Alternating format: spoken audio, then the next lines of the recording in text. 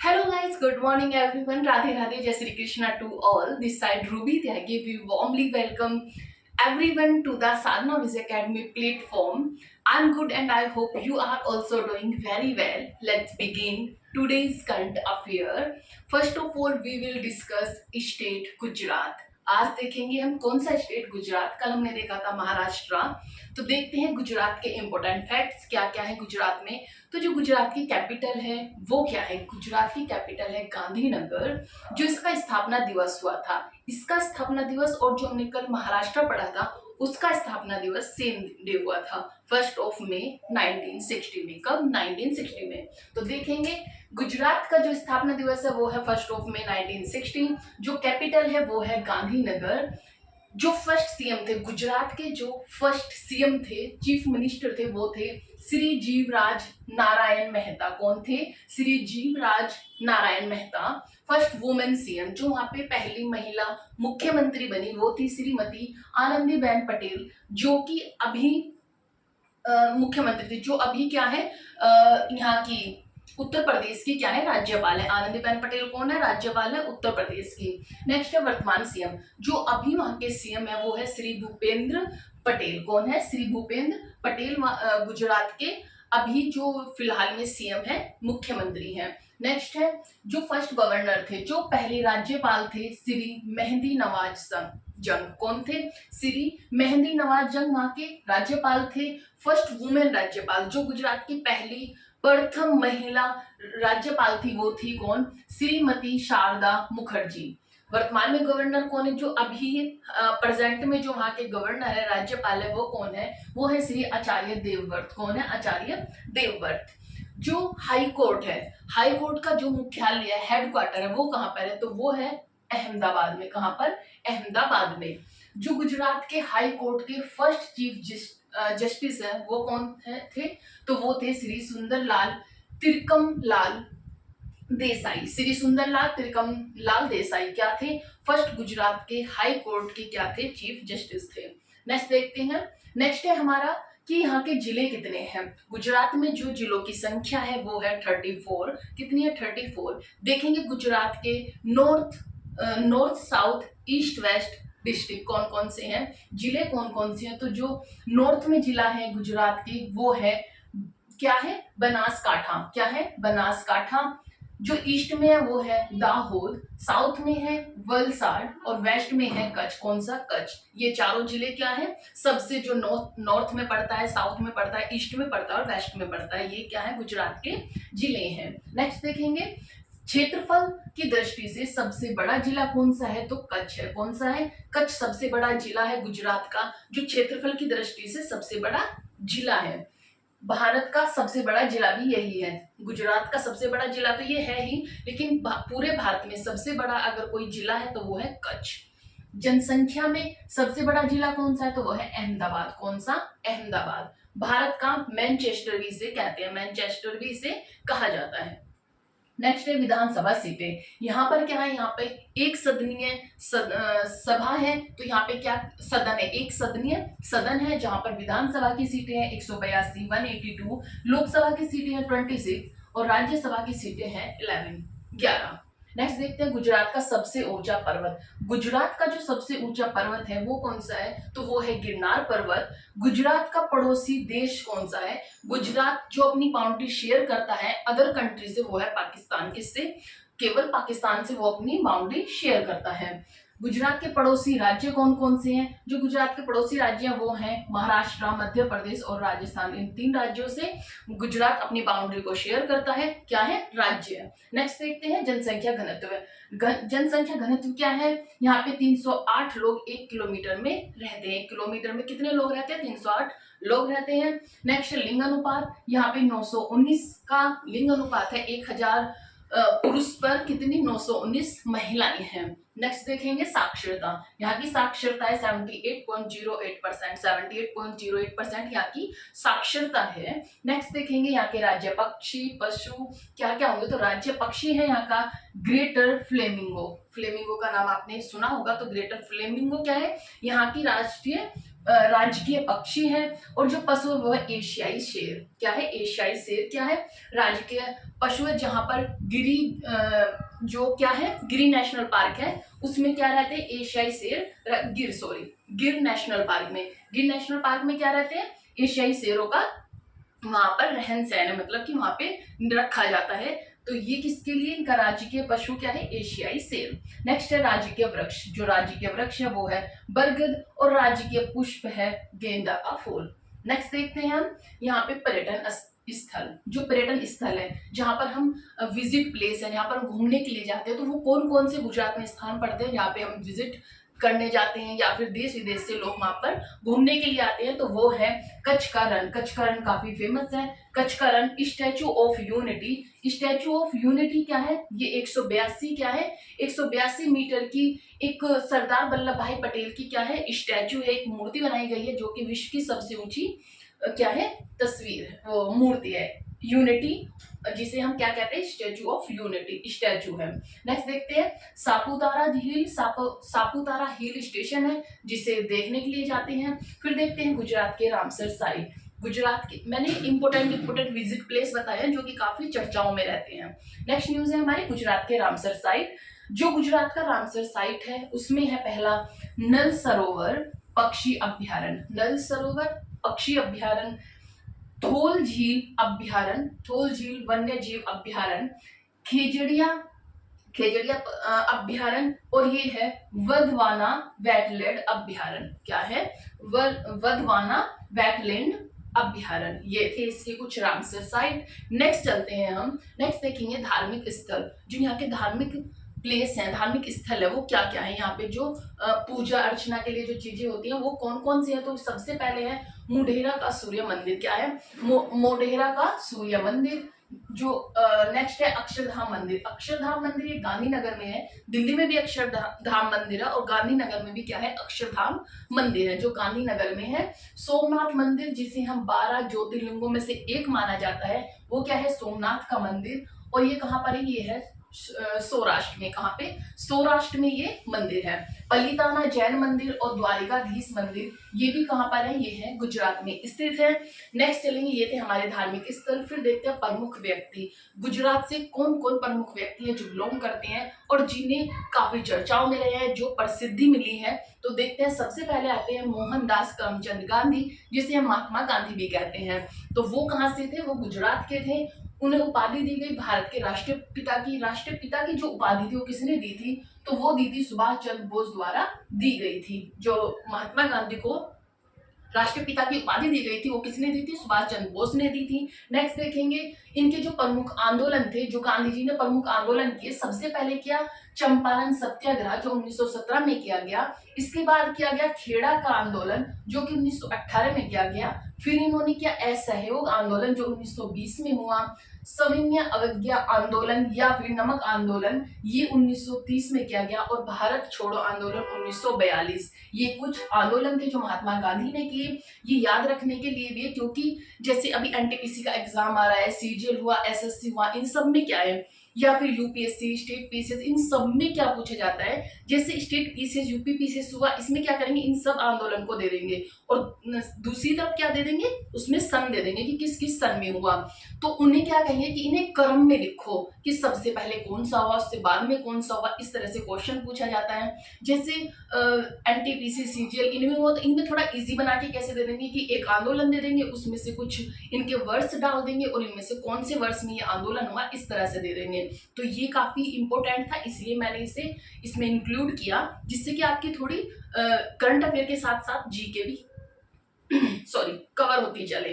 तो देखते हैं, तो ये था प्रमुख आंदोलन। चंपारण का सत्याग्रह 1917 में, खेड़ा आंदोलन 1918 में, असहयोग आंदोलन 1920 में, नमक आंदोलन 1930 में, जिसे सविनय अवज्ञा आंदोलन भी कहा जाता है, भारत छोड़ो आंदोलन 1942 में। इनकी प्रमुख पुस्तकें जो इन्होंने बुक लिखी वो कौन कौन से? इनकी प्रमुख पुस्तकें हैं हिंद स्वराज 1909 में, सत्य के साथ मेरा प्रयोग 1929 में। इनकी 2 बुकें थी जो काफी बार पूछी जाती है एग्जाम में। फिर देखते हैं सरदार वल्लभ भाई पटेल। मैंने अभी आपको बताया कि स्टैचू ऑफ यूनिटी के इनके एक स्टैचू बनाया गया है जिसका स्टैचू ऑफ यूनिटी नाम दिया गया है। इसकी 182 कितना 182 मीटर की एक 182 मीटर की जो इनकी स्टैचू है उसे बनाया गया है। विश्व की सबसे ऊंची ये स्टैचू है। तो ये देखते हैं सरदार वल्लभ भाई पटेल, इनका उपनाम था लौह पुरुष। इन्हें भारत का लौह पुरुष भी कहा जाता था, भारत का बिस्मार्क भी कहा जाता था। भारत के प्रथम उप प्रधानमंत्री थे। ये क्या थे? भारत के उप प्रधानमंत्री प्रथम कौन थे? सरदार वल्लभ भाई पटेल थे। 1947 से 1950 तक रहे। 1947 से 1950 तक रहे सरदार वल्लभ भाई पटेल। के काफी काम भी हैं, जैसे इन्होंने कितने राज्यों को एक किया, जैसे कि हैदराबाद हुआ, जूनागढ़ हुआ। इसमें जाके इन्होंने क्या किया, कहीं पर जनमत की वोट से, कहीं पर पुलिस कर्मचारियों के सहयोग से क्या क्या इन्हें भारत में मिलाया। तो इनके काफी सहयोग रहे हैं। तो ये थे सरदार वल्लभ भाई पटेल, जो कि उप प्रधानमंत्री रहे। हमारे फर्स्ट प्रधानमंत्री थे Jawaharlal Nehru.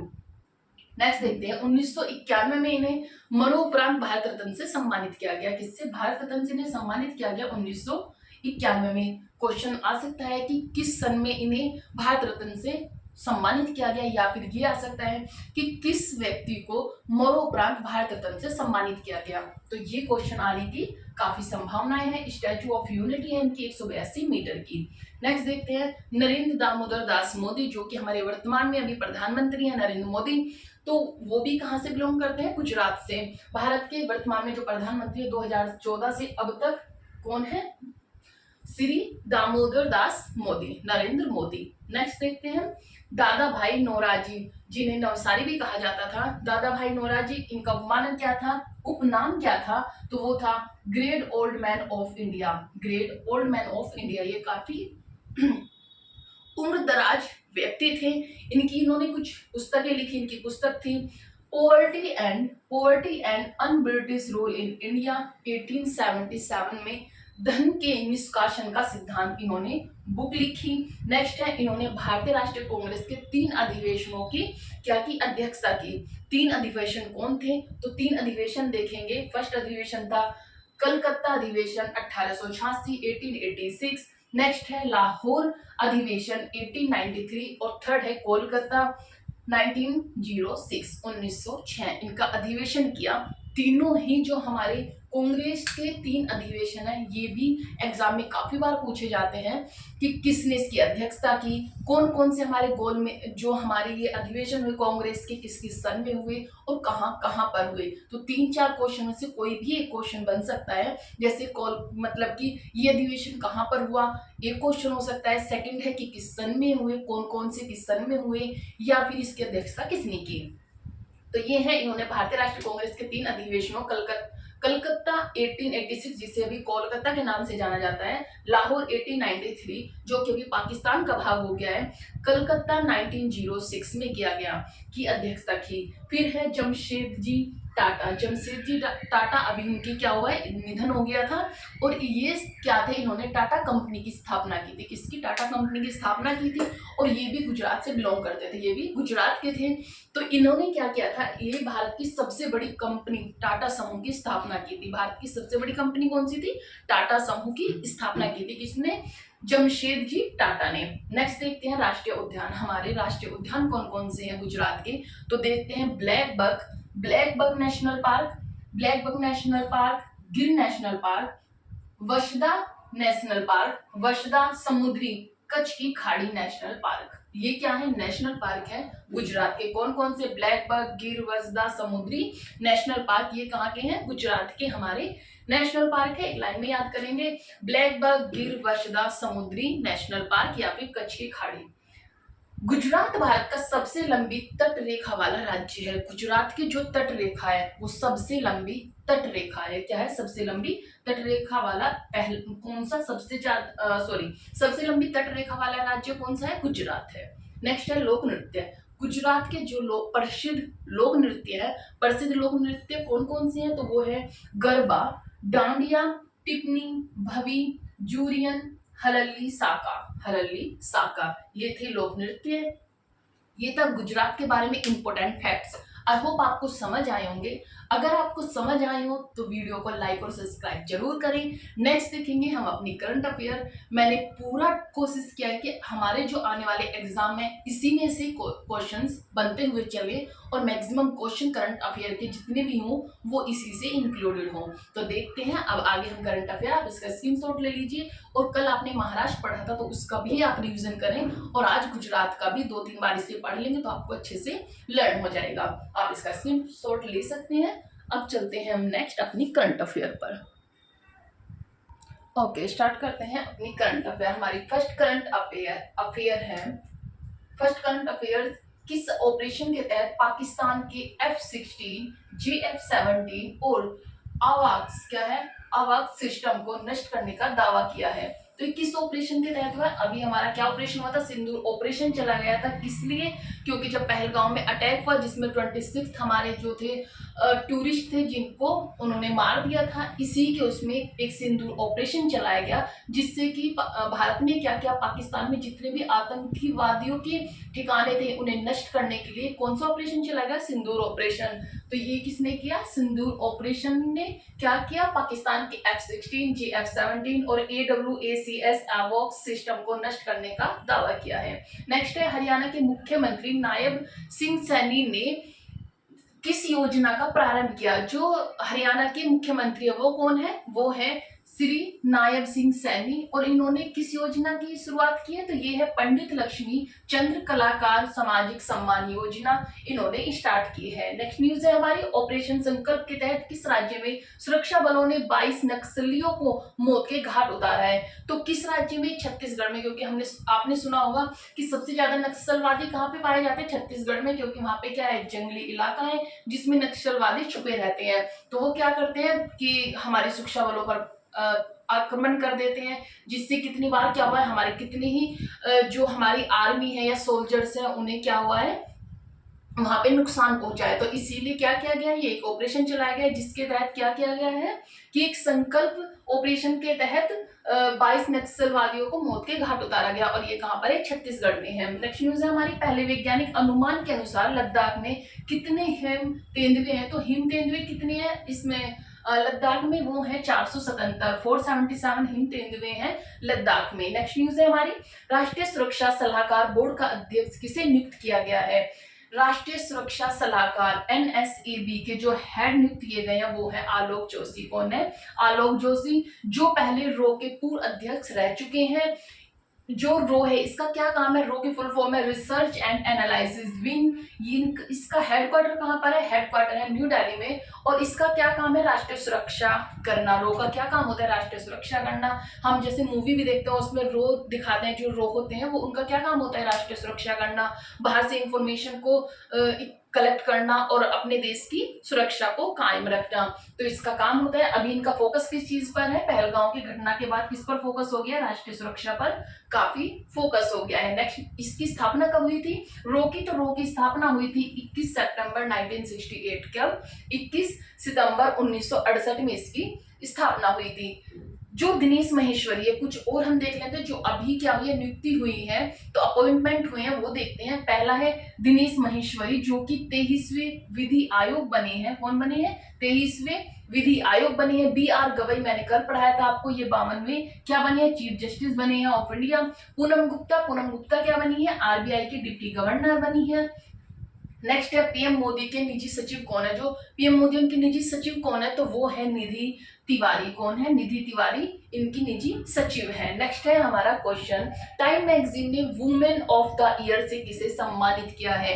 Women of the year से सम्मानित किया पूर्णिमा को। और जो मैन ऑफ द ईयर है मैगजीन का मैन ऑफ द ईयर है वो है डोनाल्ड ट्रंप। कौन है? Donald Trump.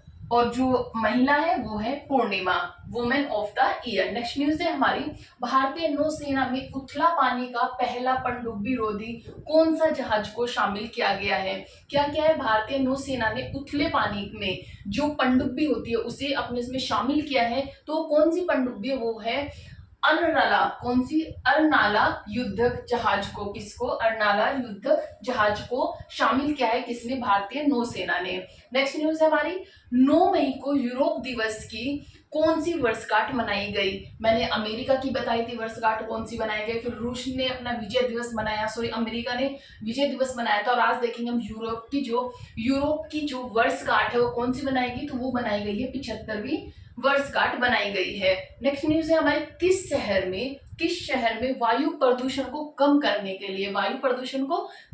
के लिए क्लाउड सीडिंग, क्या है, क्लाउड सीडिंग स्टार्ट की गई है। क्लाउड सीडिंग करेंगे तो वो कौन करेगा? दिल्ली सरकार में आईआईटी कानपुर शहर में, किसमें? दिल्ली सरकार और आईआईटी कानपुर शहर में ये क्लाउडिंग की जाएगी। किस देश ने भारतीय निवेशकों और पर्यटकों को आकर्षित करने के लिए 10 वर्षीय क्या है, गोल्डन वीजा लॉन्च किया है? तो जो गोल्डन वीजा है वो किसने लॉन्च किया है? वो किया है वियतनाम ने। किस लिए? कि जिससे कि भारतीय जो निवेशक हैं, पर्यटक हैं, उन्हें आकर्षित करने के लिए उन्होंने एक वीजा बनाया है जिसका नाम है गोल्ड वीजा, जो 10 वर्षीय है। कौन सा है? जो 10 वर्षीय है, तो ये है वियतनाम ने। नेक्स्ट न्यूज है हमारी, भारत सरकार ने किसकी सैटेलाइट इंटरनेट वेंचर स्टारलिंक को देश में सेवाएं देने की मंजूरी दी है? तो ये है एलन मस्क की सैटेलाइट, जिससे भारत ने क्या मंजूरी दे दी? अपने देश में लॉन्च करने की मंजूरी दे दी है, सेवाएं देने के लिए मंजूरी दे दी है। किसकी? Elon Musk satellite internet venture Starlink को देश में मंजूरी दे दी है। नेक्स्ट न्यूज है हमारी, पंकज आडवाणी ने कौन सा 14th एशियाई स्नूकर स्वर्ण पदक कहाँ जीता है? जो 14वां एशियाई स्नूकर स्वर्ण पदक है वो कहाँ जीता है? तो वो जीता है दोहा में। किसने? पंकज आडवाणी ने दोहा में जीता है। प्रतिवर्ष दुनिया भर में अंतरराष्ट्रीय मजदूर दिवस कब मनाया जाता है? प्रतिवर्ष जो मजदूर दिवस है वो कब मनाया जाता है? 1 मई को मनाया जाता है। ये क्या हुआ था कि यूएसए में 8 घंटे से ज्यादा वर्क कराया जा रहा था मजदूरों से, तो उन्होंने क्या किया? आंदोलन कर दिया। इसीलिए यह क्या बनाया जाता है? मजदूर दिवस बनाया जाता है। भारत में कब हुआ? भारत में हुआ ये 1 मई 1923 को। कब? 1 मई 1923 को ये लेबर किसान पार्टी ने आंदोलन किया। और कहाँ से स्टार्ट हुआ था ये आंदोलन? चेन्नई से भारत में ये स्टार्ट हुआ लेबर आंदोलन। कौन सा? लेबर किसान पार्टी आंदोलन। तो इसे कब मनाया जाता है? ये मनाया जाता है 1 मई को। ये थी आज की कुछ करंट अफेयर जो कि काफी इंपॉर्टेंट है, और मैंने जो भी अपॉइंटमेंट हुए जैसे उसमें से और को भी रिलेट किया, जैसे मैंने पहले आपको पढ़ा चुकी हूँ तो उन्हें भी मैंने रिलेट करके आपको बताया। आई होप आपको समझ आया होगा। आप स्क्रीनशॉट ले लीजिए। जय हिंद एंड बाय।